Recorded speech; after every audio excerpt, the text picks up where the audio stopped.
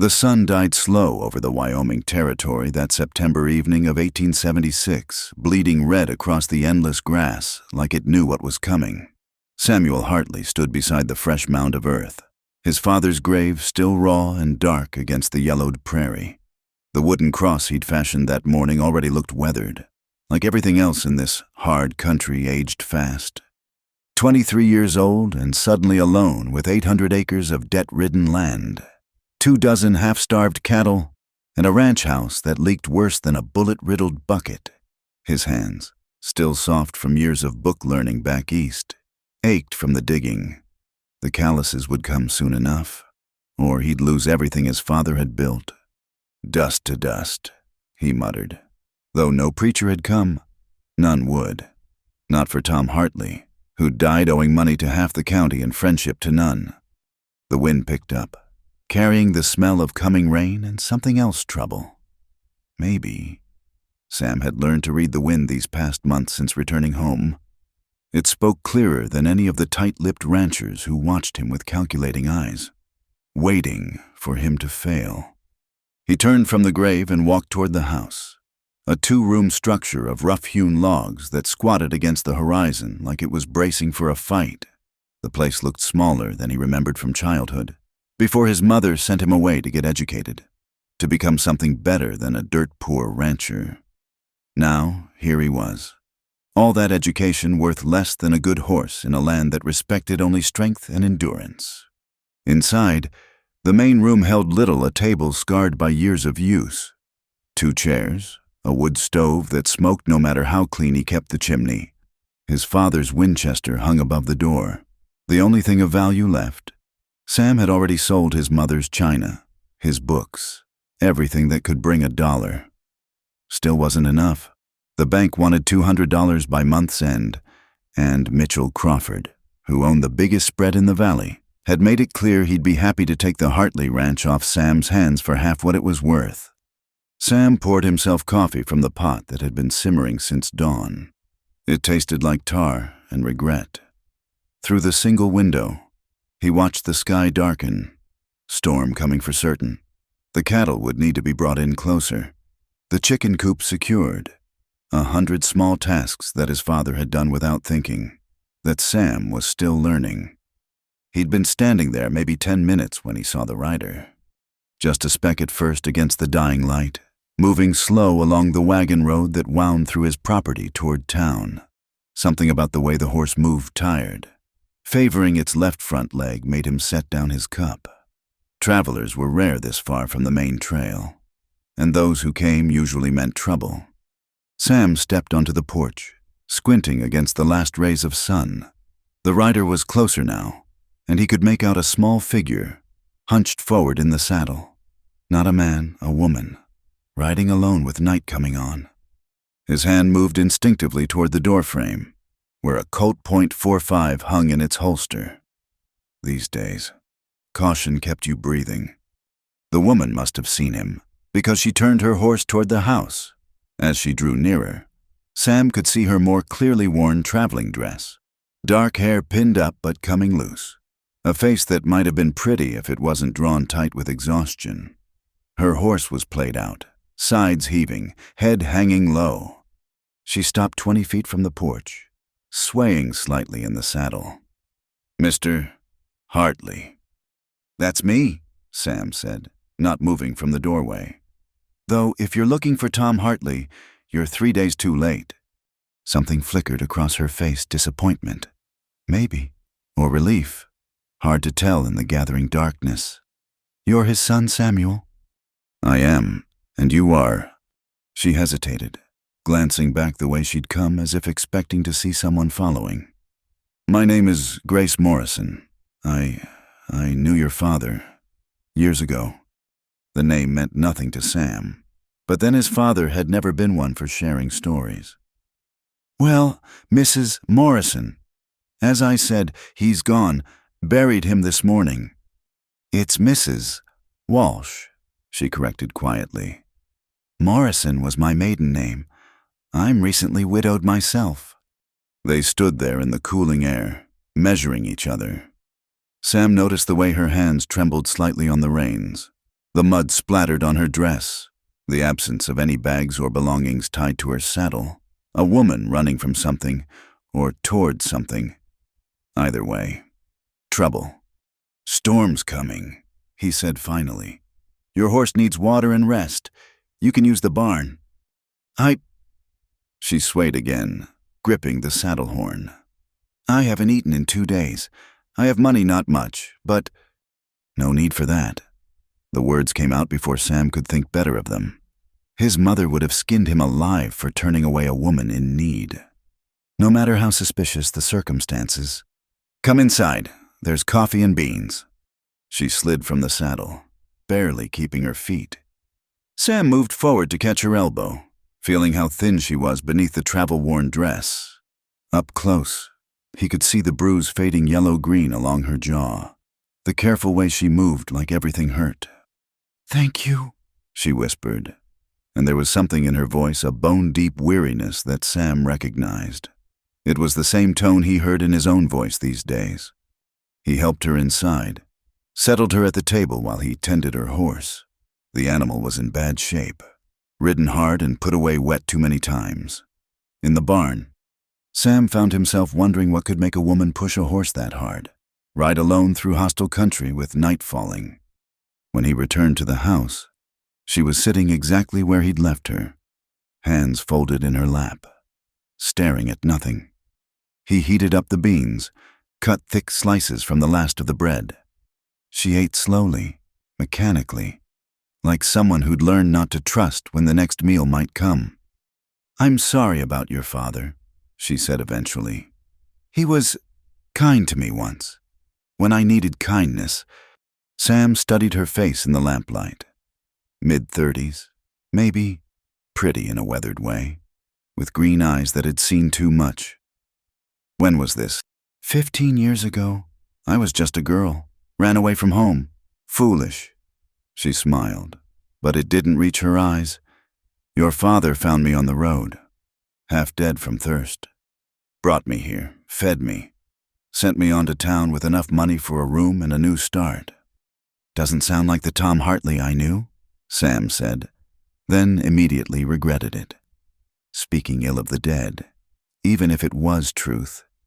"People change," Grace said quietly. "Or maybe they just show different faces to different folks."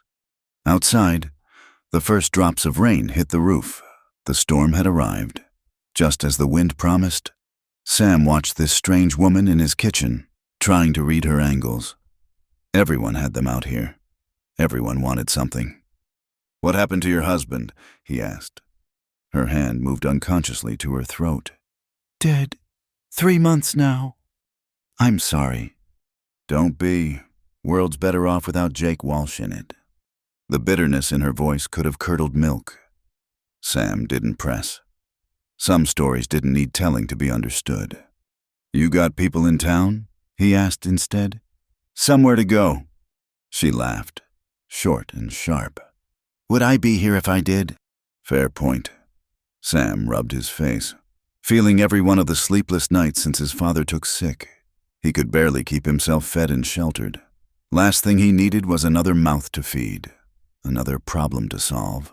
But looking at her thin, bruised, running from God knew what he couldn't find it in himself to turn her out into the storm. "You can sleep in the barn tonight," he heard himself say. "It's dry, and there's clean hay in the loft." "I can work," she said quickly. "I can cook, clean, mend. I'm not asking for charity." "I can't pay you." "I'm not asking for pay, just time. A few days to figure out where to go next." Sam knew he should say no, knew what people would say if word got out he had a woman staying here, even in the barn. His reputation in the valley was hanging by a thread as it was. The son who'd abandoned his father to chase education and soft city living. Come back only when the old man was too sick to work. Taking in a widowed woman of questionable background might be the final cut that severed him from what little standing he had left. But looking at her, seeing his own desperation reflected in her eyes, he found himself nodding. Few days, then. Relief washed over her face, taking years off it. For a moment, Sam glimpsed the girl she might have been, before Jake Walsh and whatever else had carved those lines around her eyes. The rain came harder now, hammering the roof like it meant to break through. Tomorrow there would be consequences.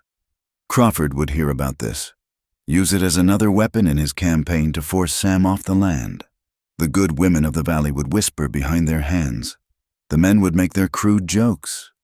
But tonight, Sam thought as he gathered blankets for her, tonight he could offer what his father had once offered, simple human kindness to someone who needed it. Maybe that was worth more than reputation. Maybe, in this hard country where the earth took everything and gave back grudgingly, small mercies were all that kept folks human.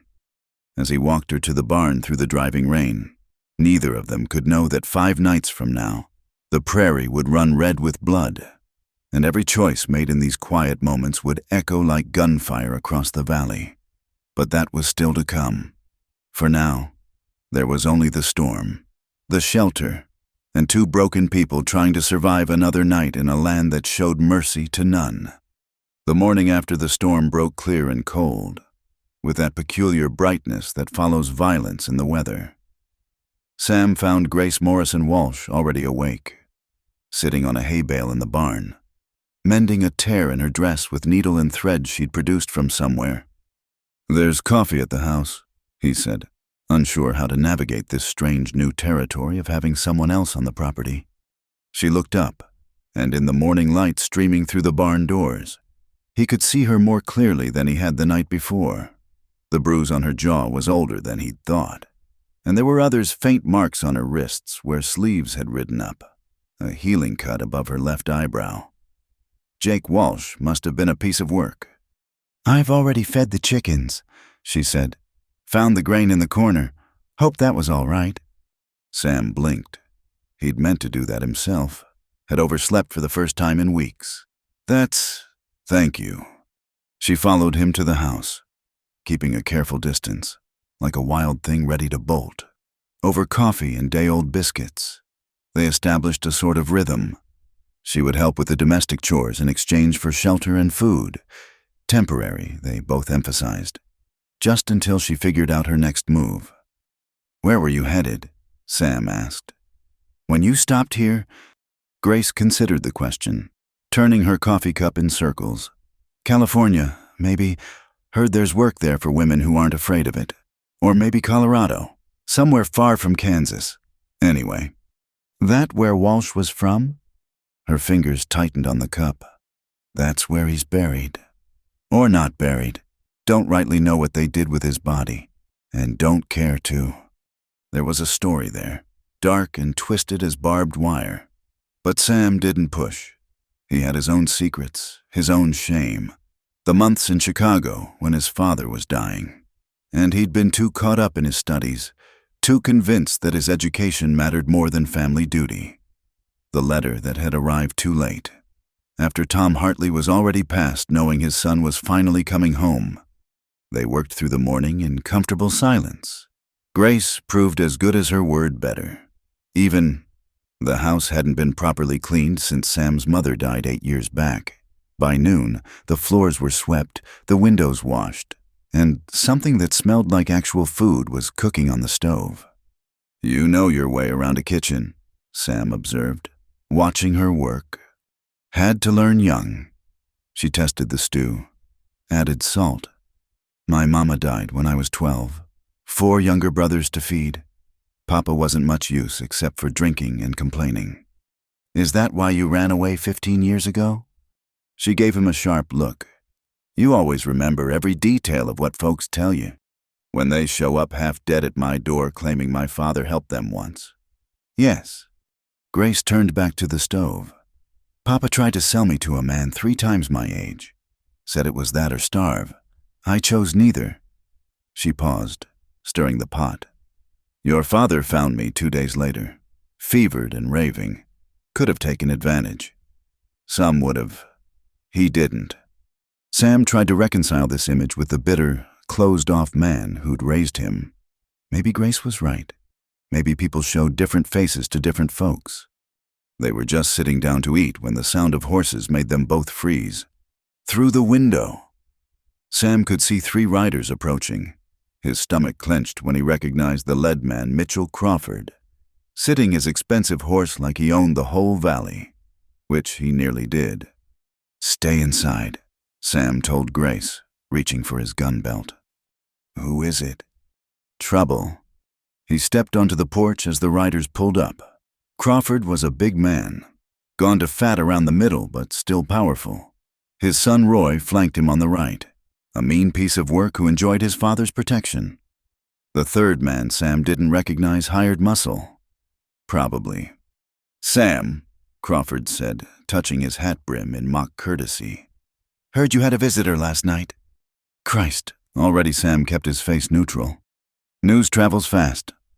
"It does when a certain kind of woman rides through town looking rode hard and put up wet." Crawford's eyes glittered with malice. "Then shows up at the homestead of a young man all alone. Folks talk. Folks should mind their own business." Roy Crawford laughed, an ugly sound. "Look at him. Pa barely buried his daddy and already he's got himself a woman. Though from what I heard in town, she ain't much of a woman. More like—" "Careful," Sam interrupted, his hand moving to his gun. The elder Crawford raised a placating hand, though his smile never wavered. Now. No need for unpleasantness. I'm here as a concerned neighbor, Sam, and as someone who holds the note on this property." "The bank holds the note." "The bank and I have an understanding. They're tired of waiting for their money. Lucky for you. I'm prepared to make you an offer. Same as before, $500 for the whole spread. That's enough to pay your debts and have something left over for a fresh start somewhere else." "The land's worth 3 times that." "Was worth that when your father was alive to work it."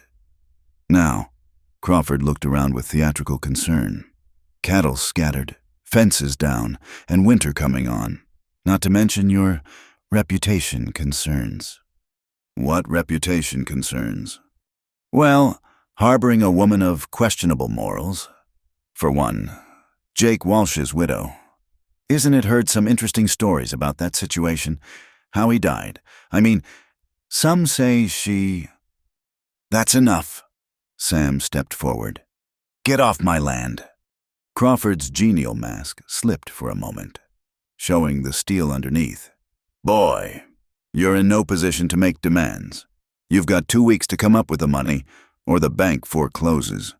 And if you think anyone in the valley's going to help you now, after you've taken in that woman, well, you're even more naive than I thought. I said get off my land."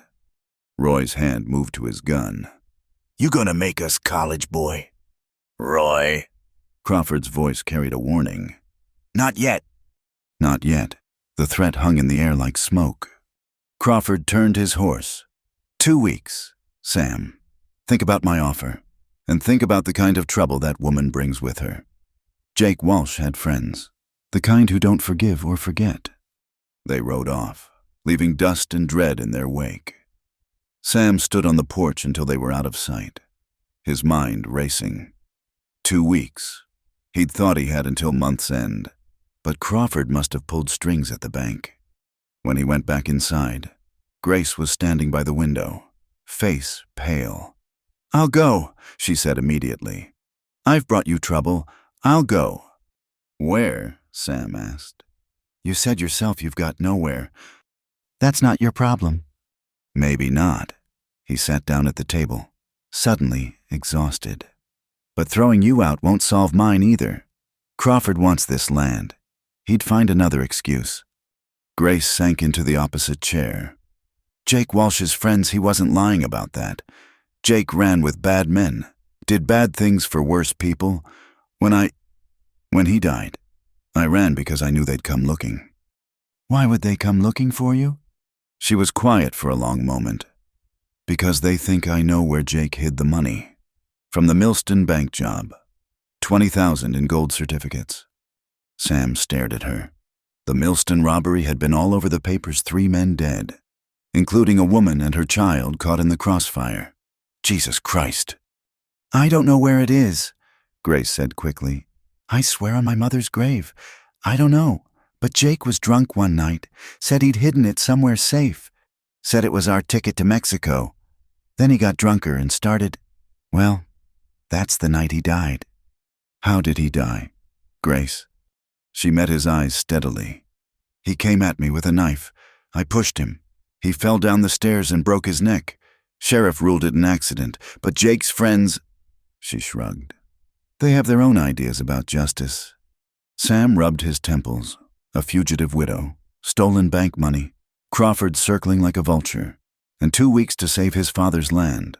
When it rained, it poured. "I'll go," Grace said again. "Tonight, I've brought you enough trouble." "With what horse yours is half dead? And where would you go that Walsh's friends wouldn't find you?" She had no answer for that. They sat in silence as the afternoon shadows grew long. Outside, a red-tailed hawk circled lazily, hunting for prey in the grass.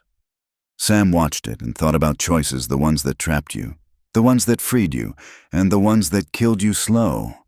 "Stay," he heard himself say. "At least for now. Crawford's going to come at me whether you're here or not. And Walsh's friends, well, we'll deal with that when it comes." "Why?" Grace asked. "Why would you risk that for a stranger?"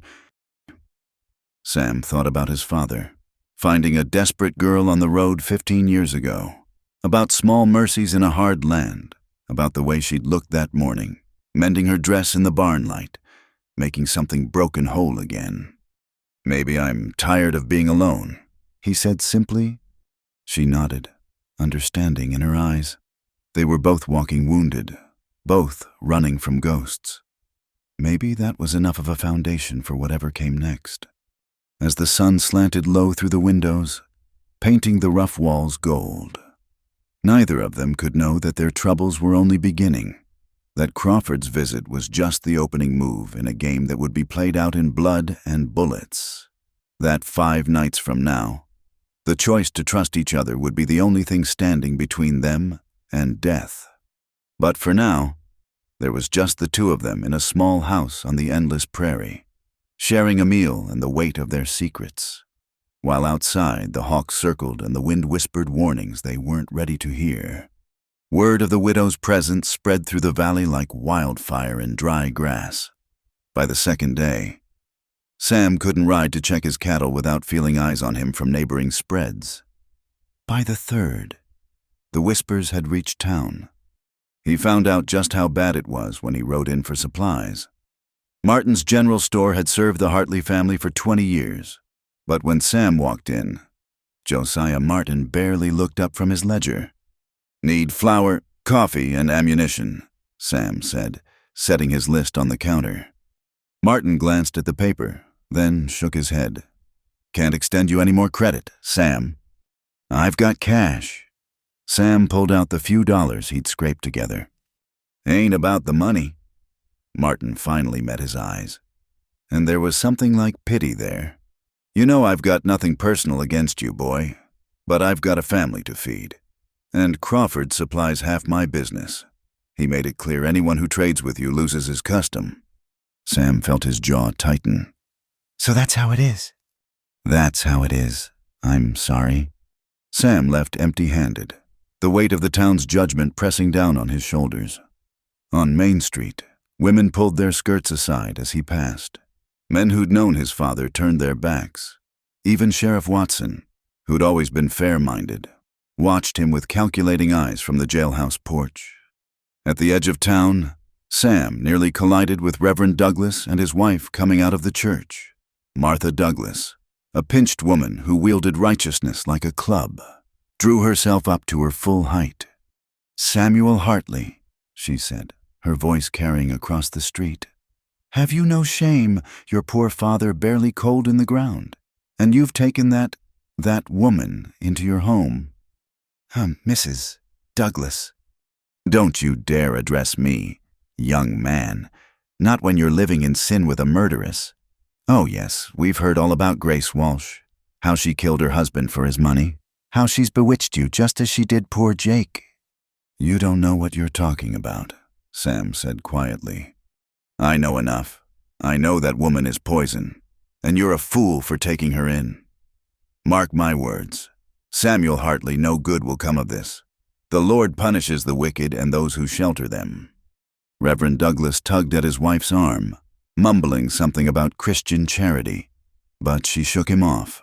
There's a special place in hell for women like her, and for men too weak to resist their wiles. Sam touched his hat brim. His mother had taught him to be polite to ladies, even when they were being anything but, and walked away. Behind him, he could hear Martha Douglas still sermonizing to anyone who'd listen about the decline of moral standards in the valley. The ride home felt longer than usual. Every ranch he passed, every rider in the distance seemed to carry threat. When he finally crested the rise and saw his own spread, Sam was surprised to see smoke rising from the chimney and clothes hanging on the line. For a moment, the domestic scene looked so normal, so peaceful, that he could almost forget the storm gathering around them. Grace was in the garden plot, working the neglected soil with a hoe she'd found somewhere. She'd pinned her hair up and rolled her sleeves, and there was dirt smudged on her cheek. When she saw him, she straightened, reading his empty hands and dark expression. "No supplies," she said. It wasn't a question. "Crawford's got the whole town turned against us." "Us?" She raised an eyebrow. "There is no us. Sam, there's you, trying to save your ranch, and me, bringing trouble to your door. I should have left days ago." "And go where?" He dismounted, leading his horse to the water trough. "You think Crawford wouldn't use something else against me? You think those good Christian women in town wouldn't find another reason to gossip, at least this way?" "This way what?" He didn't have an answer. This way, he wasn't alone. This way, someone else was fighting to make something grow in this hard ground. This way. When he woke in the cold hours before dawn, he could hear another person breathing in his house and feel less like a ghost himself. "I found something," Grace said, changing the subject. She led him to the barn, to a corner where old equipment gathered dust, moving aside a broken plow. She revealed a cache flower, beans, salt pork, even ammunition for the Winchester. "Where did this come from?" "Your father, I think, hidden away for hard times." She dusted off a tin of coffee. "Looks like he knew hard times were coming." Sam stared at the supplies, maybe 2 weeks' worth, if they were careful. His father, planning ahead even while dying. It was more forethought than he'd given the old man credit for. That evening, they ate better than they had in days. Grace had a way with simple ingredients, making even beans and salt pork taste like something special. They were just finishing when hoofbeats thundered into the yard. Many horses riding fast. Sam grabbed the Winchester, but Grace put a hand on his arm. "Let me see first. Less threatening." Before he could argue, she was at the door. Through the window, Sam counted 6 riders, all armed. His heart sank when he recognized the lead man, Bill Quantrill, who'd ridden with Jake Walsh back in Kansas. The others were cut from the same cloth, hard men with prices on their heads and nothing to lose. "Evening, Grace," Quantrill said, not bothering to dismount. "Been looking for you." "Bill," her voice was steady. "Jake's dead, you know that." "I do. Question is, what happened to what he was carrying when he died?" "I don't know what you mean." Quantrill laughed, an ugly sound. "Come now. Grace, Jake was many things, but subtle wasn't one of them. We know he had the Millston take. We know he hid it, and we know you were the last person to see him alive." "If I knew where that money was, would I be here living in a barn, working for food?" "Maybe.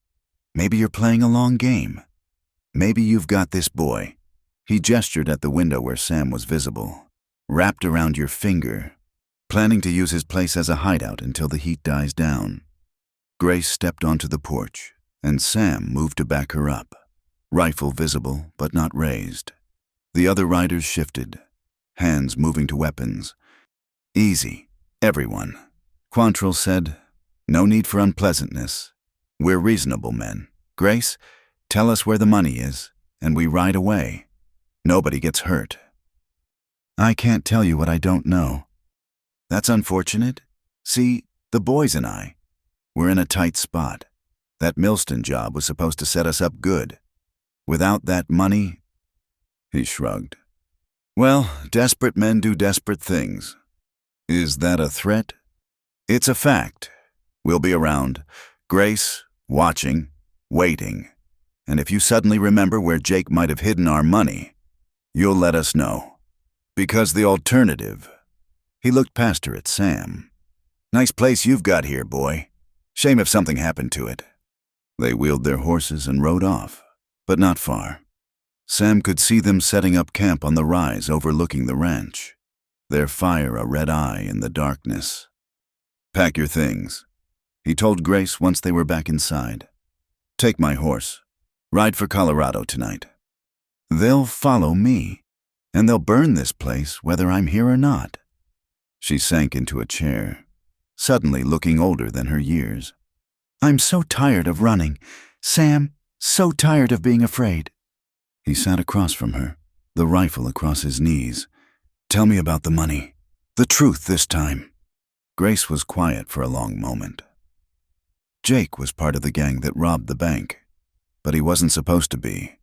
He was just the lookout. When things went bad, when those people died, he grabbed the money and ran. Double-crossed his own crew. And hid it.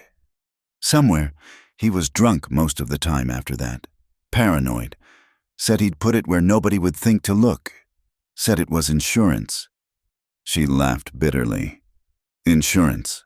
3 people dead, including a child, for his insurance. You really don't know where it is. She met his eyes. I swear to you, Sam, if I knew, I'd give it to them. That money's cursed. Everyone who touches it dies bloody. Outside, a coyote howled, and others answered. The night was full of predators, circling. Sam thought about Crawford's deadline, about Quantrill's threats, about the whole valley turned against them. The walls were closing in from all sides. My father used to say that in this country, you're either the hammer or the nail, he said finally. I'm tired of being the nail. What are you saying? I'm saying we've got less than 2 weeks before I lose this place. We've got outlaws watching our every move. We've got a town that's written us off as sinners and worse. He stood, pacing to the window. Maybe it's time to stop defending and start attacking. That's a dangerous game. As opposed to the safe one we're playing now. Grace joined him at the window, looking out at the distant fire where Quantrill's men waited. They'll come for us, soon. Bill's not patient. Then we'd better be ready. She turned to study his face in the lamplight. Why are you doing this? Really, you could hand me over to them, make a deal with Crawford, maybe save your ranch. Sam thought about it, really thought about it. The practical choice, the smart choice, was exactly what she'd said. But looking at her, this woman who'd lost everything and was still standing, still fighting, he knew he'd already chosen. My father saved you once, he said simply. Maybe it's my turn. Something shifted in her expression, a softening around the eyes. For a moment, the weight she carried seemed to lift. Then Quantrill's fire flared in the darkness, and reality crashed back. They had enemies on all sides and no good options, but at least they had each other. In this hard country where trust was rarer than water, that would have to be enough. The storm came that night like God's own fury, turning the world into a chaos of wind and water. Lightning split the sky in jagged tears, and thunder shook the house to its foundations. Sam had seen plenty of Wyoming storms, but this one felt different, angrier, more personal, as if the land itself was choosing sides. He was keeping watch at the window, rifle close at hand, when Grace appeared beside him. She'd wrapped herself in a blanket, but he could see she was shivering. Can't sleep, he asked. Not with that racket. Besides, she gestured toward the rise where Quantrill's camp should be. The rain had drowned their fire, but Sam knew they were still out there, waiting. Hard to sleep when wolves are at the door. Another lightning flash illuminated the yard, and in that brief, stark moment, Sam saw movement, Shadows where shadows shouldn't be. "Get down!" he hissed, pulling Grace to the floor just as the window exploded inward. Gunfire erupted from multiple directions. Sam rolled behind the overturned table, dragging Grace with him. Bullets chewed into the walls, showering them with splinters. "Thought they'd wait for the storm to pass," Grace said, surprisingly calm for someone under fire. Guess Quantrill figured the storm was good cover. Sam rose up, fired twice through the broken window, then ducked as return fire sought him out. "Can you shoot?" Jake made sure of it, said a woman alone needed to know how to defend herself. Her laugh was bitter. Ironic, considering. Sam passed her his Colt. "Back door. They'll try to flank us." She took the gun with steady hands and moved toward the kitchen, keeping low. Sam admired her coolness even as he counted muzzle flashes outside. At least 4 shooters. Maybe more. Too many for a straight fight. The front door shuddered under a heavy impact. They were trying to break it down. Sam put 2 rounds through the wood at chest height and was rewarded with a scream. The pounding stopped. "Sam?" Grace's voice, urgent but controlled. "2 coming around back." Her gun barked 3 times. A man cursed viciously, and Sam heard boots running through mud. Grace had held them off. For now. "Hartley," Quantrill's voice carried through the storm. "This doesn't concern you. Boy, send her out, and we ride away." "Go to hell!" Sam shouted back. Already Ben didn't care for the climate. More gunfire. Concentrated now on the front of the house. They were trying to keep him pinned while others moved into position. Sam's ammunition was running low, maybe a dozen rounds for the Winchester, less for the Colt that Grace had. Lightning struck close, so close Sam could smell the ozone. In the aftermath, momentarily deafened. He almost missed the creak of boards overhead. Someone was on the roof. Grace above us. She looked up just as boots broke through the ceiling. A man dropped into the room, gun swinging toward her. Without thinking, Sam threw himself between them. The outlaw's bullet caught him high in the left shoulder, spinning him around. Sam's rifle shot took the man's center mass, dropping him in a heap. "Sam!" Grace was at his side, pressing her hand against the wound. Blood seeped between her fingers, hot and slick. "I'm all right," he lied, gritting his teeth against the pain. "Keep watching the back." But she wouldn't leave him, tearing strips from her dress to bind the wound. Her face was pale in the lightning flashes, set with determination. The gunfire outside had stopped. In the sudden quiet, Sam could hear rain drumming on the roof, his own harsh breathing, and something else whispers of movement all around the house. "They're getting ready to rush us," he said. Grace helped him to his feet, then surprised him by kissing him quick and hard. "In case we don't get another chance," she explained. Before Sam could respond, the attack came from all sides at once. The front door burst inward. Men poured through the broken window. The kitchen door splintered. Sam fired until the Winchester clicked empty, then used it as a club. Grace's Colt barked steadily. The small house became a whirlwind of violence, muzzle flashes strobing in the darkness. A man went down, clutching his throat. Another stumbled back out the window, cursing. Sam took a knife slash across his ribs before breaking his attacker's jaw with a rifle butt. Then, as suddenly as it began, it was over. 3 men lay dead or dying in the house. The others had pulled back, dragging their wounded. Sam slumped against the wall, blood running down his arm, side on fire from the knife wound. Why did they stop? Grace wondered, peering cautiously out the window. Sam knew why. "They're regrouping. This was just to test us, see how hard we'd fight." He tried to reload the Winchester one-handed, fumbled the cartridges. "Next time they'll burn us out." Grace took the rifle from him, loaded it efficiently. "Then we need to be gone before next time." "I'm not leaving. This is my land." "Your land won't do you any good if you're dead on it." As if to emphasize her point, a torch arced through the night, landing on the porch. The rain-soaked wood sputtered but didn't catch. Another followed, then another. Some would find dry spots eventually. "The barn," Sam said. "We can make it to the barn. Get the horses." "You can barely stand." "I can ride." It was bravado, and they both knew it. But Grace helped him to his feet anyway. They gathered what ammunition they could from the fallen outlaws, then prepared to make their break. "On 3, Sam said, hand on the door. 1, 2. The door burst open before he could finish. But instead of outlaws, a familiar figure stood there, Sheriff Watson, water streaming from his slicker, scattergun in his hands. "Sheriff," Sam couldn't hide his shock. "Save your questions. Boy, can you ride?" Yes." "Then move. I've got 6 deputies holding them off. But Quantrill's got more men coming. This is your only chance." They stumbled out into the storm. Sam could see muzzle flashes in the darkness as Watson's men exchanged fire with the outlaws. The sheriff himself covered their retreat to the barn, his scattergun booming like thunder. In the barn, Grace saddled their horses with quick efficiency while Watson kept watch. "Why?" Sam asked him.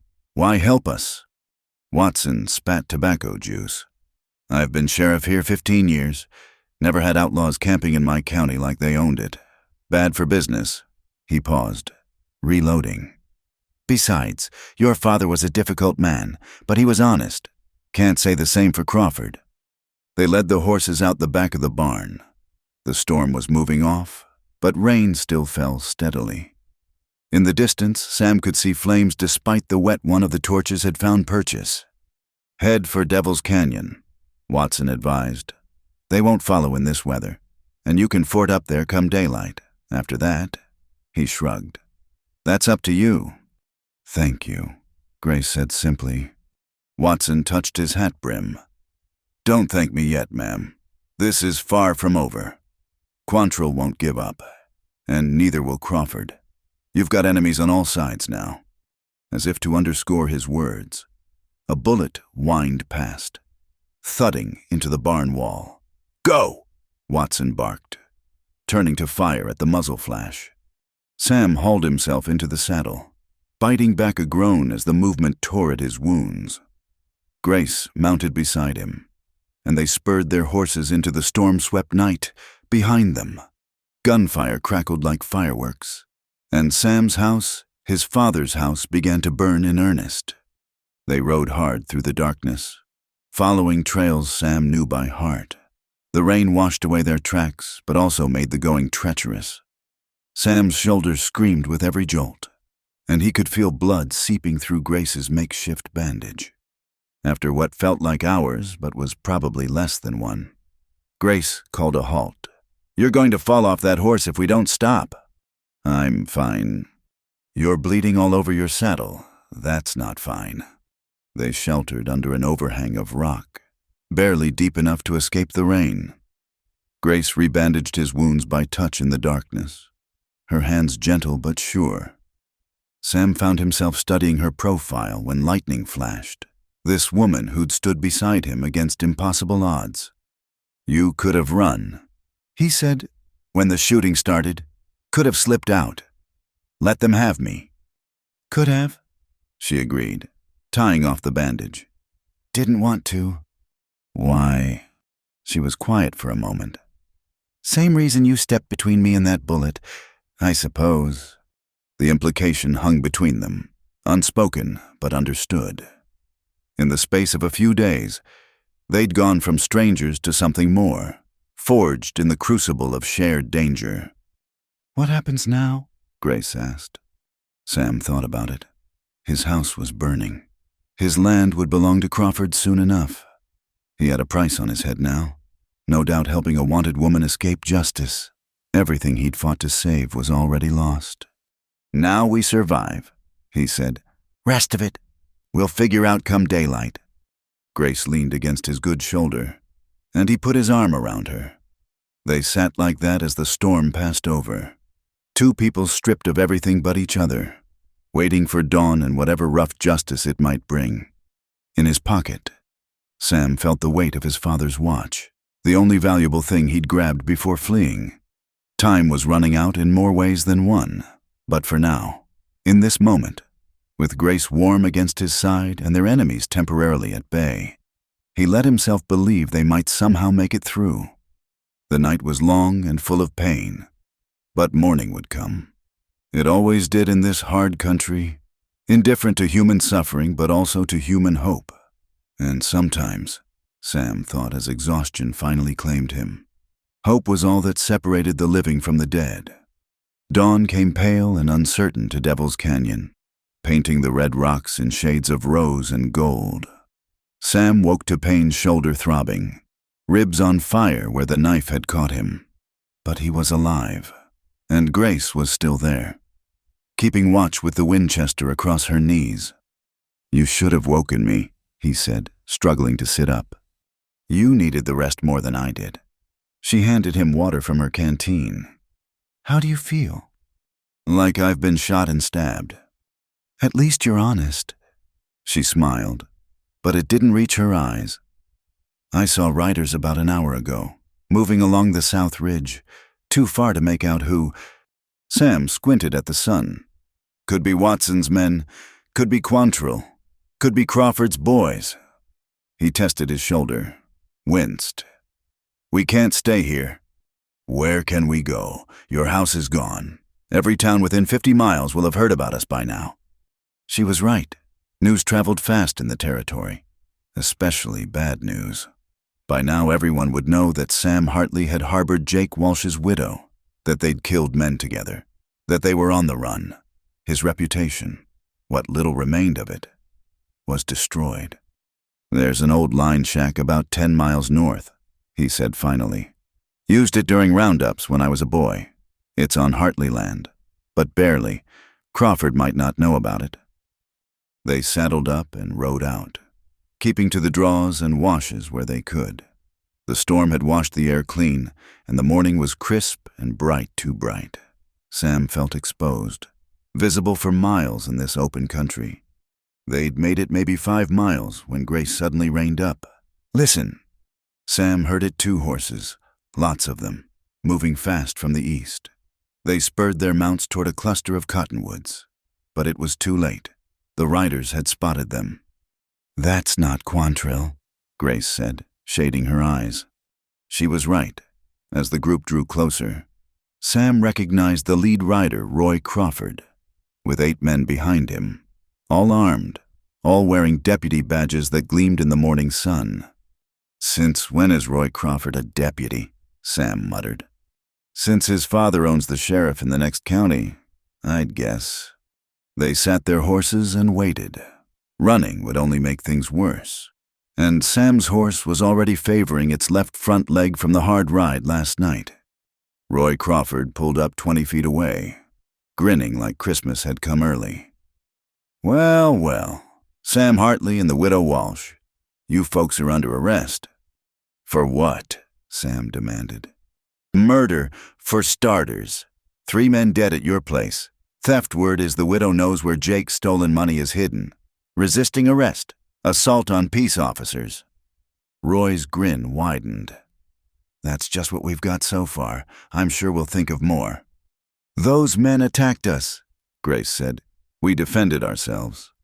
"That's not how Bill Quantrill tells it. Says he came to peacefully discuss some business with Mrs. Walsh here, and Hartley opened fire without provocation." "That's a lie and you know it." Roy shrugged. "Maybe, but Quantrill's willing to testify in court. Are you—" He leaned forward in his saddle. "Here's how this goes. You come quiet, and maybe you live long enough to see a judge. You fight and, well," he patted his gun, "outlaws trying to escape. Tragic, but these things happen." Sam counted the men, 9 against 2, and him wounded. Bad odds, but something in Roy's eyes said they wouldn't make it to any jail alive anyway. "I need to tend to Sam's wounds before we go anywhere," Grace said. "He's bleeding again." Roy considered, then nodded. 5 minutes, and no tricks. Widow or your boyfriend gets a bullet for your troubles." Grace dismounted and came to Sam's horse, ostensibly checking his bandages. As she did, she whispered, When I move, ride hard north. Don't look back. I'm not leaving you. You will if you care about me at all. Trust me." "Louder," she said. "These need changing. I'll need the medical supplies from my saddlebags." She walked back to her horse, every movement casual. Then, quick as a striking snake, she pulled Jake Walsh's hidden derringer from her bags and shot Roy Crawford's horse in the neck. The animal screamed and went down, taking Roy with it. In the chaos that followed, men fighting to control spooked horses, Roy cursing and trying to free his leg from under his dying mount, Grace slapped Sam's horse hard on the rump. "Go." The horse bolted, and Sam had all he could do to hang on. Behind him, gunfire erupted. He hauled on the reins, trying to turn back, but his mount had the bit in its teeth and ran flat out toward the north. By the time he got the animal under control, they were a mile away. Sam could see dust and confusion back where he'd left Grace, could hear the distant pop of gunfire, but couldn't make out details. Every instinct screamed at him to go back, but he knew she was right. Wounded, he'd only get them both killed. He found the line shack by memory more than sight, a weathered structure barely big enough for 2 men and their gear. Sam stumbled inside and collapsed, shoulder bleeding fresh through the bandages. He needed to tend the wound, needed to rest, needed to think, but all he could do was stare south, waiting. The sun climbed higher. No sign of pursuit, no sign of Grace. By noon, Sam's worry had transformed into something closer to rage, at himself for leaving her, at Crawford for forcing this situation, at the whole twisted series of events that had brought them here. He'd lost everything: his father, his home, his land, and now the one person who'd stood by him. He was fashioning a sling for his arm from an old shirt when he heard a horse approaching. Sam grabbed the Winchester, positioned himself at the window. If it was Crawford's men, he'd make them pay dear. But it was Grace, slumped in the saddle, dress torn and dusty but apparently unhurt. Sam rushed outside to help her down. "Thought I told you to keep riding," she said, trying for lightness but failing. Never was good at taking orders. He searched her for injuries. "What happened?" Roy's horse falling spooked the others. In the confusion, I made it to the rocks. They spent an hour trying to flush me out, then gave up. She laughed shakily. "Roy's probably still cursing. That was a good horse." "You're insane. You know that." "Possibly." She leaned against him, careful of his wounds. "But we're alive." They went inside, and Grace finally got to properly tend Sam's injuries. The shoulder wound was ugly, but clean the bullet had passed through. The knife slash on his ribs was shallow, more painful than dangerous. She cleaned and rebandaged both with supplies from the shack's meager stores. "We can't stay here," she said when she was done. "Crawford knows you're wounded. He'll have men checking every possible shelter." "I know." Sam tested his shoulder, found he could move it without too much agony. "Grace, there's something I need to tell you. About the money." She went still. "What about it?" "My father left more than supplies hidden. The night before he died, when he could barely speak, he told me something. Said he'd done things he wasn't proud of, that he'd tried to make amends." Sam met her eyes. He said he'd found something that didn't belong to him and put it where it could do some good. Understanding dawned on Grace's face. "The Millston money." "I think so. Jake must have hidden it on our land somewhere. My father found it, moved it." Sam laughed bitterly. "All this killing, all this pain, and the money's been sitting in the same place for months." "Where?" "The church cemetery in town. He said he put it where the innocent sleep. I thought he was delirious, talking about Mother's grave, but there's a section for children, including—" He paused. "Including the ones who died in the Millston robbery." Grace sank onto the shack's single chair. "Your father hid blood money in a child's grave." "I think he saw it as returning it to them. In a way, he was always strange about death, especially after Mother passed." They sat in silence. Absorbing this outside, a hawk cried, high and lonely. "We could get it," Grace said finally. "Use it to run. California, Mexico, anywhere away from here." Could we, knowing where it came from, knowing who died for it? She had no answer for that. As the afternoon wore on, they made their plans. Not for California or Mexico, but for something else entirely. They were tired of running, tired of being hunted. It was time to end this, one way or another. Crawford wants the land. Sam said, Quantrill wants the money. We give them both what they want, but on our terms. That's a dangerous game. Everything's dangerous now, but if we can play them against each other. Grace nodded slowly. And if it doesn't work? Then we die together instead of alone. She kissed him then, soft and sad and full of promise. When she pulled back, there were tears in her eyes. "I wish we'd met different," she said. "In a different time, a different place." "We met when we were supposed to," Sam replied. "Maybe not the way we wanted, but the way we needed." As the sun began its descent toward the mountains, they prepared for what might be their last night. Tomorrow they would return to town, to the cemetery where innocent blood had purchased guilty gold. Tomorrow they would face their enemies and their fate. But tonight, in this rough shack on the edge of nowhere, they had each other, and sometimes, in a hard land where death came easy and love came hard, that was more than enough. It was everything. The second night in the line shack brought revelations with the darkness. They'd spent the day planning, cleaning weapons, and tending Sam's wounds. But as shadows lengthened across the prairie, a different kind of tension filled the small space. Grace stood at the window, watching the empty land. "They'll have found us by morning," she said. "Crawford's trackers are too good." "Then we'd better make the most of tonight." Sam joined her, his good arm sliding around her waist. She leaned into him, and for a moment they just stood there, two souls against the world. "Tell me about before," she said suddenly. "Before Jake, before all this blood and running."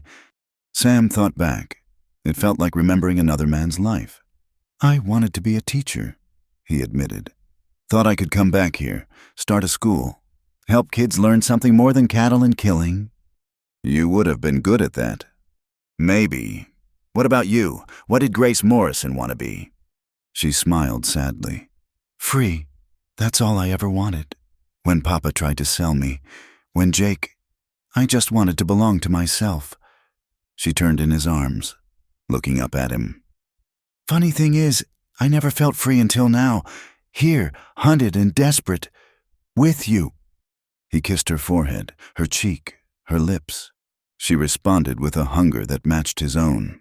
And soon they were lost in each other, finding comfort and connection in the midst of chaos.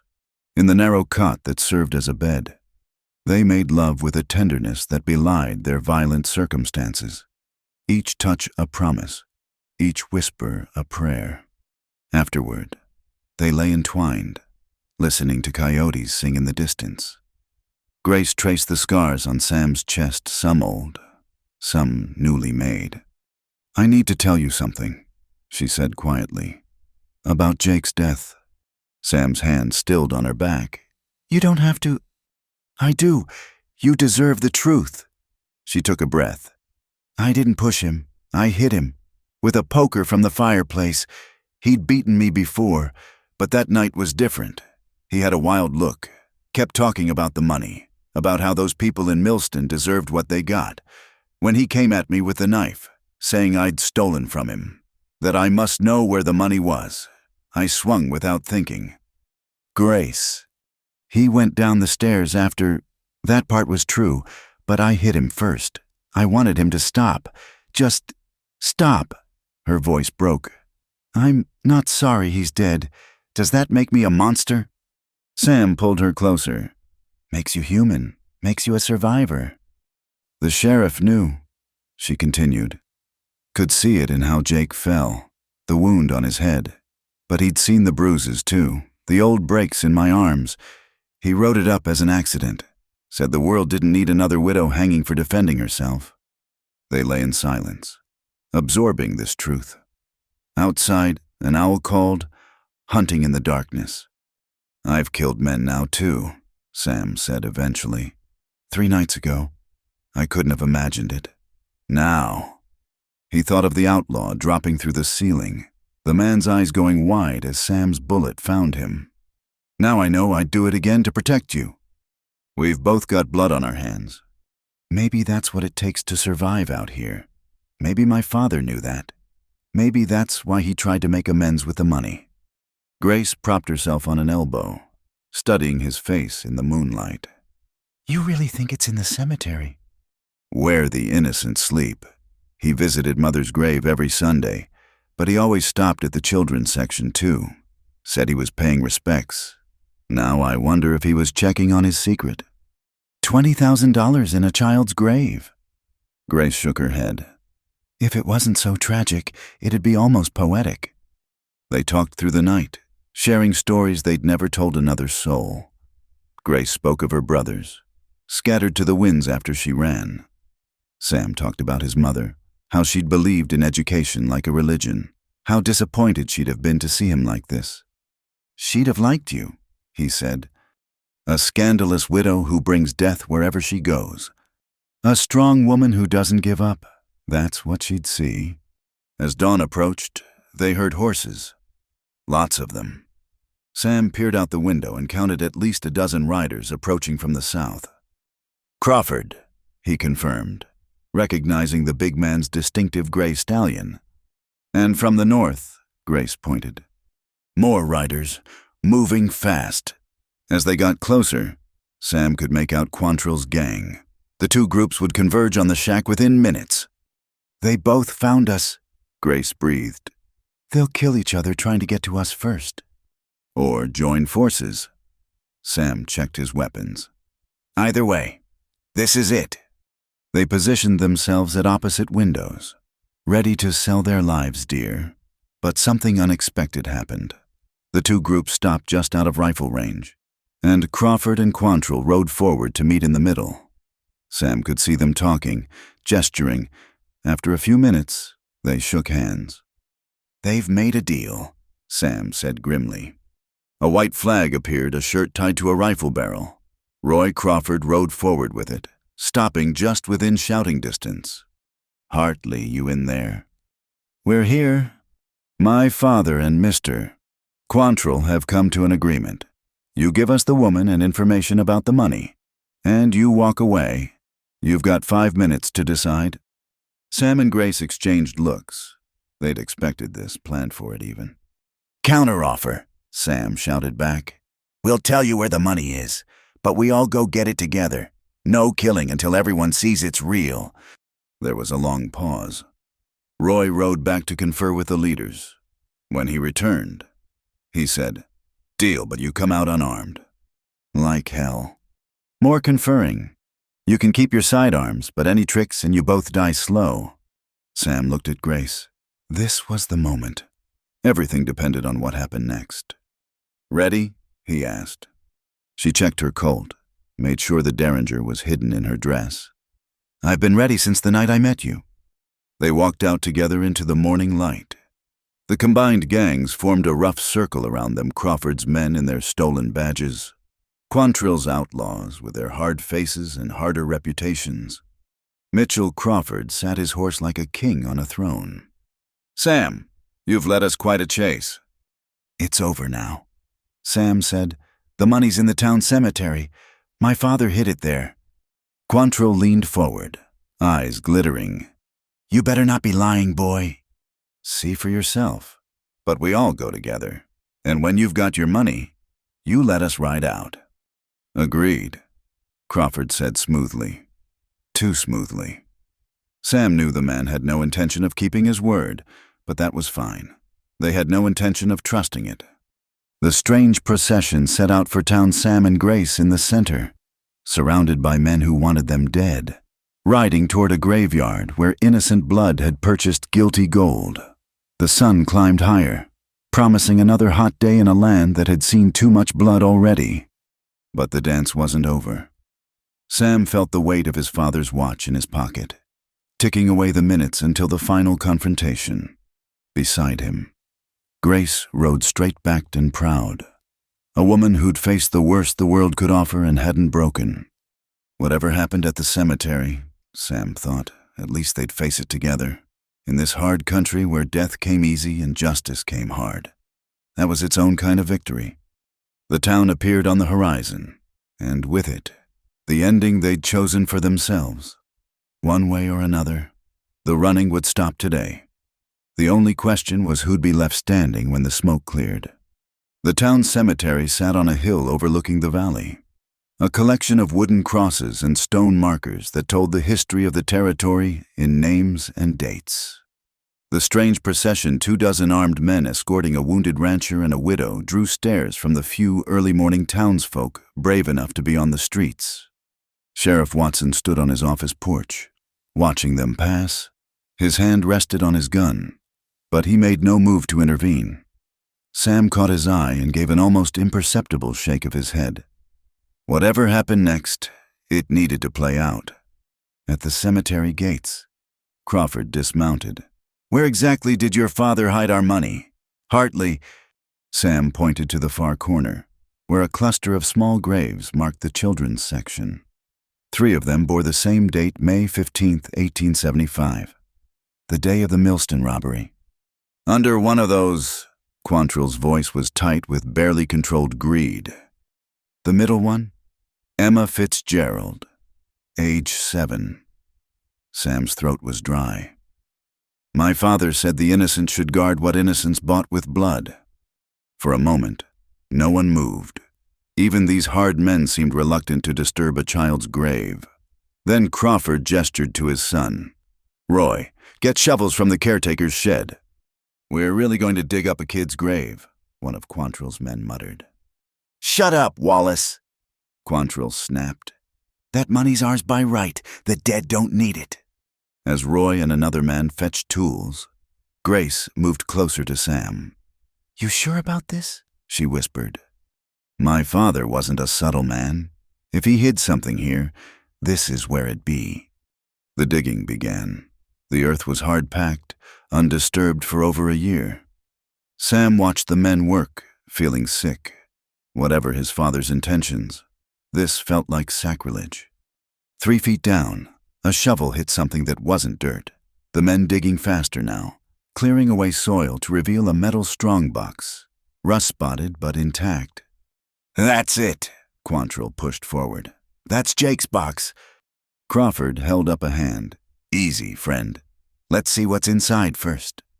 They hauled the box up, and Roy shot the lock off.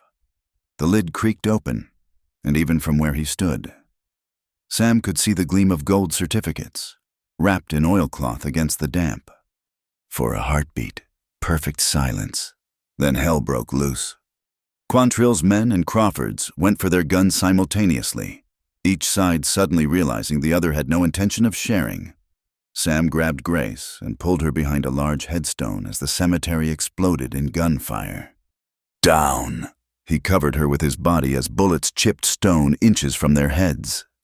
The fight was brutal and close quarters. Men who'd been riding together minutes before now tried their level best to kill each other. Roy Crawford took a bullet in the shoulder and went down cursing. One of Quantrill's men pitched backward into the open grave. Blood spattered across weathered headstones and peaceful ground.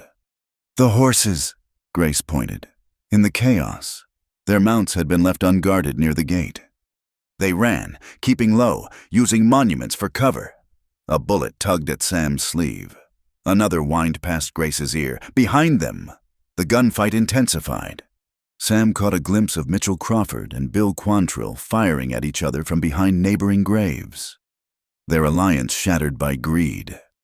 They'd almost reached the horses when Wallace, the outlaw who'd protested about the grave, stepped out from behind a monument, gun leveled at Sam's chest.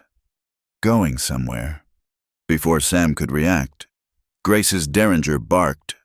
Wallace looked down at the spreading red stain on his shirt, surprised, then toppled forward. "That's the last one," Grace said, tossing the empty gun aside. I've been saving it." They mounted up and spurred toward town. Behind them, the shooting was dying down. But Sam didn't look back. He'd seen enough death. On Main Street, they nearly collided with Sheriff Watson and a dozen deputies heading toward the cemetery. "Sam, what in the devil's—" "The cemetery!" Sam shouted without stopping. "Crawford and Quantrill are killing each other over the Millston money." Watson's eyes widened. Then he was spurring his men forward. "Move, move! Maybe we can end this madness!" Sam and Grace didn't stop until they reached what was left of the Hartley Ranch. The house was a blackened ruin, but the land remained.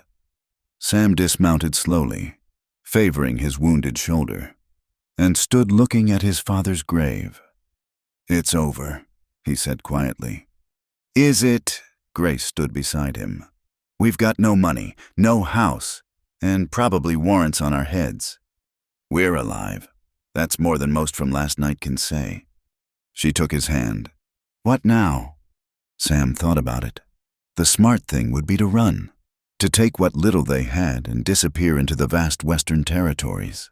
But looking at the land, his father's land, bought with sweat and stubbornness, he knew he couldn't. "Now we rebuild," he said. "Crawford's probably dead or arrested. The banknote," he smiled grimly. "Hard to collect from a dead man or a prisoner. Might buy us time. And Quantrill's gang. What's left of them won't come back here. Too many ghosts." They stood in silence, two battered souls on burned ground. The sun was climbing toward noon, and heat shimmered off the prairie grass. In the distance, Sam could see riders approaching Sheriff Watson returning from the cemetery. Watson reined up nearby, his face grim. "It's done. Crawford and Quantrill killed each other. Most of their men, too. We've got Roy and 2 others in custody." He looked at Sam and Grace. "You two will need to make statements, but given the circumstances, self-defense seems clear enough." "The money?" Grace asked. "Evidence. It'll go back to Millston, to the families of those who died." Watson tipped his hat. "Seems fitting, somehow. Your father would have approved." Sam. After Watson left, they salvaged what they could from the ruins. Not much, some tools from the barn, a few items that had survived the fire, but it was a start. That night, they camped under the stars near the creek that marked the eastern boundary of Hartley land. Sam's shoulder ached, and they were both exhausted beyond measure. But for the first time in days, they weren't running or hiding or fighting for their lives. "I should go," Grace said suddenly. "You could rebuild easier without my reputation hanging over you." Sam pulled her close. "Try to leave, and I'll follow you. We're done running. Grace, both of us. People will talk." "Let them. We've faced worse than gossip." She was quiet for a moment. "I've never had a home." "Not really, just places I stayed until it was time to run again." "Then maybe it's time you stopped running and started living. With a broken-down rancher on burned land with no money and too many enemies. That's the offer." She kissed him, soft and sure. "Then I accept." The stars wheeled overhead, ancient and indifferent to human struggles. But beneath them, 2 people who'd found each other in violence and desperation began to plan a future built on something better. It wouldn't be easy. Nothing in this hard country ever was. They'd have to work dawn to dusk, fight creditors and weather and the weight of their own histories. But they'd do it together. And sometimes, Sam thought as Grace fell asleep in his arms, that made all the difference. Love hadn't conquered their enemies. Bullets had done that. But love had brought them through the fire and given them a reason to build again. Tomorrow would bring new challenges. The bank would still want its money. The town would still whisper. The land would still demand everything they had to give and more. But tonight, under the vast Wyoming sky, they had each other and the promise of dawn. In a week that had brought so much death, that felt like its own kind of resurrection. The coyotes sang in the distance, and the creek murmured its endless story, and 2 survivors held each other against the darkness, no longer alone. The dawn after the cemetery battle came blood-red over the Wyoming hills, painting the burned timbers of the Hartley house in shades of crimson and gold. Sam stood with Grace beside the ruins, both of them bearing the marks of their trials, his arm still in a sling, her dress patched and travel-worn, but their eyes clear with purpose. Sheriff Watson arrived with unexpected news. "The banks agreed to extend your loan, Sam. Seems with Crawford dead and his empire in chaos, they're willing to be reasonable. You've got 6 months." "Why the change of heart?" Sam asked. Suspicious of good fortune? Watson smiled grimly. "Let's say certain documents came to light in Crawford's office. Proof he'd been intimidating other ranchers, bribing officials. The bank wants to distance themselves from the scandal. Your father's debt is clear of Crawford's manipulations, now just the original sum." It was still a fortune to Sam, but manageable with hard work and time. After Watson left, Grace and Sam surveyed what remained. The barn had partially survived, enough to shelter them while they rebuilt. The well was intact. The land itself, 800 acres of prairie grass and possibility, waited patiently for their decision. "We'll need help," Grace said practically. "Can't raise a house with just 2 pairs of hands, especially with you still healing." As if in answer to her words, wagons appeared on the horizon. Sam tensed, then relaxed as he recognized the lead rider, old Henrik Larson from the neighboring spread, a man who'd kept neutral during Crawford's reign of intimidation. "Heard you folks could use some assistance," Larson said, climbing down from his wagon. Behind him, more neighbors arrived, the Millers, the Johnsons, even Josiah Martin from the general store, his wagon loaded with supplies. "Thought you couldn't trade with us," Sam said to Martin. The shopkeeper had the grace to look ashamed. "Crawford's dead. His threats died with him. Besides," he gestured to the supplies, "your father had credit built up I'd forgotten about. Been going through old books." It was a lie, and they all knew it, but it was a kindness too. By midday, 20 people were working on the Hartley ranch. Women had set up outdoor kitchens. Men were clearing debris and salvaging usable timber. Even Martha Douglas was there, though she kept her distance from Grace and maintained a perpetual expression of Christian disapproval.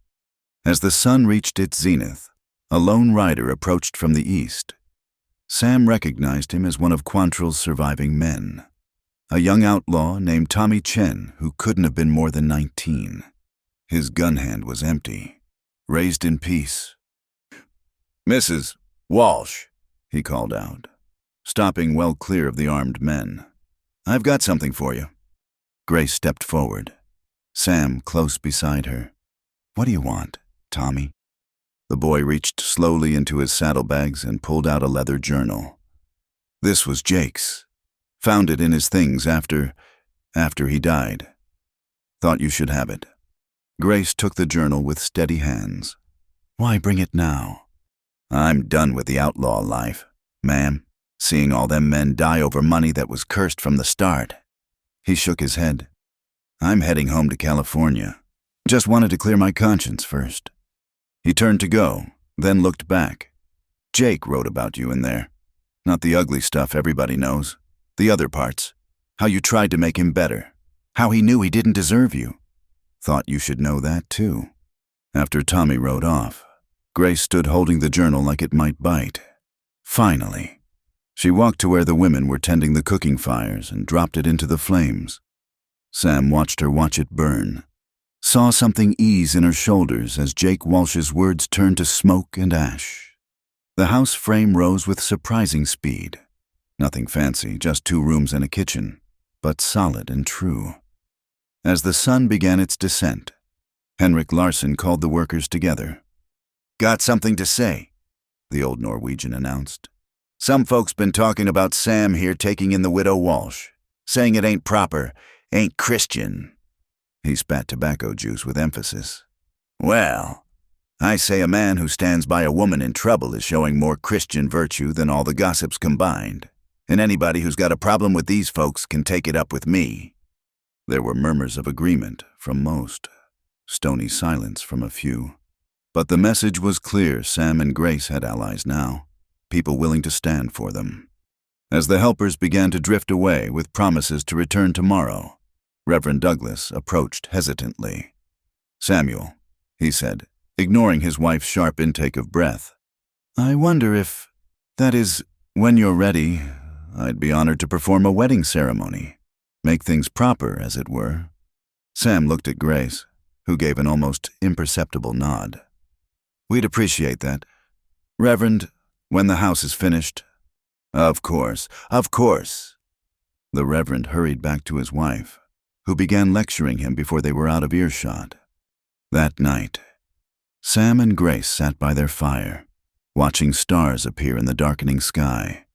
The framework of their new home stood silhouetted against the horizon, not just boards and nails, but a declaration of intent to stay, to build, to live. "No more running," Grace said softly. "No more running," Sam agreed. They were quiet for a while, listening to the night sounds of the prairie crickets and coyotes and the wind through the grass. Then Grace pulled out a small leather pouch from her dress pocket. "Tommy wasn't the only one who came by while you were working," she said. "Sheriff Watson brought this, said they found it sewn into Crawford's saddle." Sam opened the pouch and whistled low. Gold coins gleamed in the firelight, not a fortune, but enough to buy seed and cattle, enough for a real start. "Crawford's emergency fund," Watson had told Grace. "Can't prove it was stolen, and his son Roy's going to prison for a long time. Figured it might as well go to folks who'll use it honest." Sam hefted the pouch, thinking of all the blood spilled for money, the Millston robbery, Jake's greed, Crawford's empire built on intimidation. And now, here was gold that could build instead of destroy, create instead of corrupt. "We'll make something good from this," he said, "something that lasts." Grace leaned against his good shoulder. "A place where people can find shelter when they need it, where no one has to run or hide or be afraid. Your dream of being free. Our dream now." As the fire burned low, they talked about the future, the house they'd finish, the cattle they'd raise, the children they might have someday. Simple dreams for a complicated world, but that made them no less precious. 3 weeks later, when the house stood complete and the first cattle grazed Hartley land again, Reverend Douglas spoke words over them in the front room while half the county watched. Grace wore her mother's dress, salvaged and mended. Sam stood straight despite his still healing shoulder. When they kissed, even Martha Douglas dabbed at her eyes. The wedding dance lasted until dawn, fiddles singing across the prairie, boots stamping on the new floor. Former enemies shared whiskey and stories. Young Tommy Chen's letter arrived from California that very day, saying he'd found work on his uncle's farm and was learning to grow things instead of destroying them. As the sun rose on a new day, Sam and Grace stood where this story began by Tom Hartley's grave. The wooden cross had been replaced with proper stone, and fresh flowers lay at its base. "He saved us both," Grace said quietly. "In different ways, at different times, but he saved us." "He'd have liked knowing the money went back to the innocent," Sam replied. "And that something good came from all the pain." They walked back to their house hand in hand, past neighbors sleeping off the celebration in the barn, past the garden Grace had already started, past the corral where their small herd of cattle gazed with placid eyes. The land spread out before them, no longer a burden, but a promise. It would take everything they had, sweat and tears, blood and bone. The prairie would test them with drought and storms, with hard winters and harder choices, but they'd proven they could survive the worst mankind could offer. The land's challenges seemed almost gentle by comparison. In the house that community had built and love would sustain, Grace turned to Sam with a smile that held no shadows. "Welcome home, husband. Welcome home, wife." And in that moment, with the morning light streaming through windows that had known gunfire and now knew peace, the transformation was complete. What had begun with death and desperation had become life and hope. The land that had taken so much had finally given something back, not just shelter or safety, but the rarest gift of all in that hard country. A future worth fighting for, and someone to share it with. The red dawn painted their faces gold as they stood together.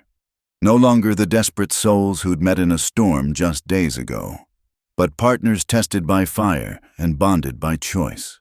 Behind them lay graves and ghosts. Ahead lay years of work and worry, joy and sorrow, all the victories and defeats that make a life. But they would face it together, on land that was truly theirs now, paid for not with gold but with courage, not with violence but with forgiveness.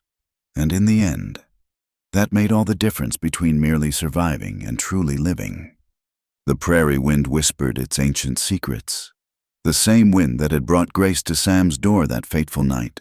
Now it brought the scent of growing things, of rain on distant mountains, of all the tomorrows waiting to be born. They were home. Thank you for listening to this Wild West tale of love, loss, and redemption.